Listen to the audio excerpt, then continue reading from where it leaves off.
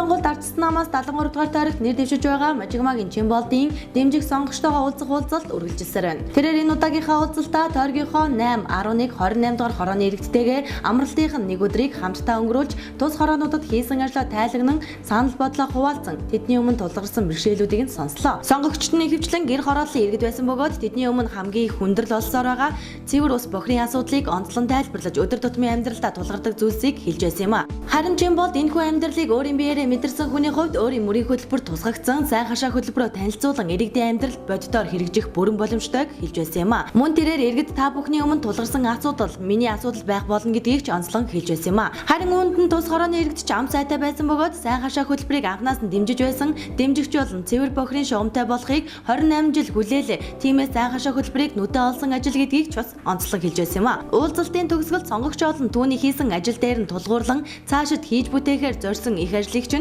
дэмжинэ гэдгээ ч хэлж байсан юм а. Тэгвэл олон төрлийн нүүр үтсэн Ахмад иргэдч хоцорсонгүй улсын хурлын 73 дугаар тойрогт нэр дэвшиж байгаа Мажигмагийн Чимболдод төрийг төвшин өдөр дараа хэмээн захиасаа захиж эхэлсэн нь ялагдах эрхгүй гэдгийг нь илтгэж байгаа юм а.